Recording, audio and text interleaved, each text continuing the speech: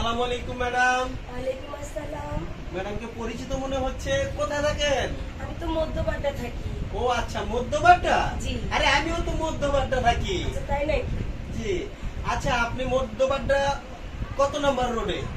আমি তো আলাতুন্নেসা স্কুল রোডে থাকি। ও আচ্ছা, আলাতুন্নেসা স্কুল রোডে থাকেন। জি। আরে আশ্চর্য, মিলে যাচ্ছে, আমিও তো সেখানেই থাকি। ও আচ্ছা। আচ্ছা, আপনি বাজার করেন কোথায়? এই তো বউবাজারে। কি বলেন? আরে আমিও তো বউবাজারে বাজার করি। ও আচ্ছা আচ্ছা। আচ্ছা, আপনার কত নাম্বার বাড়ি? 1210 বাই প ডি।